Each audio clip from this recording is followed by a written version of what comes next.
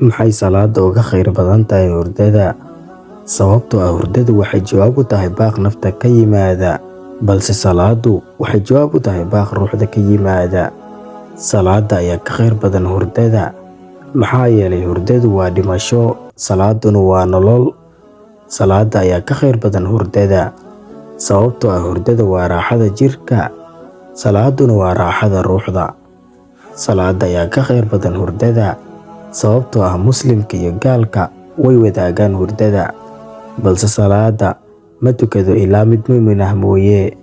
Dadka u kaca salaada subax ee misana tukada waa koox la waafajiyey, wejigooda waxaa ka muuqda farxad iyo iftiin badan, waqtigoodana waa mid barakaysan. Haddii aad ka mid tahay, Ilaahay u mahadceli.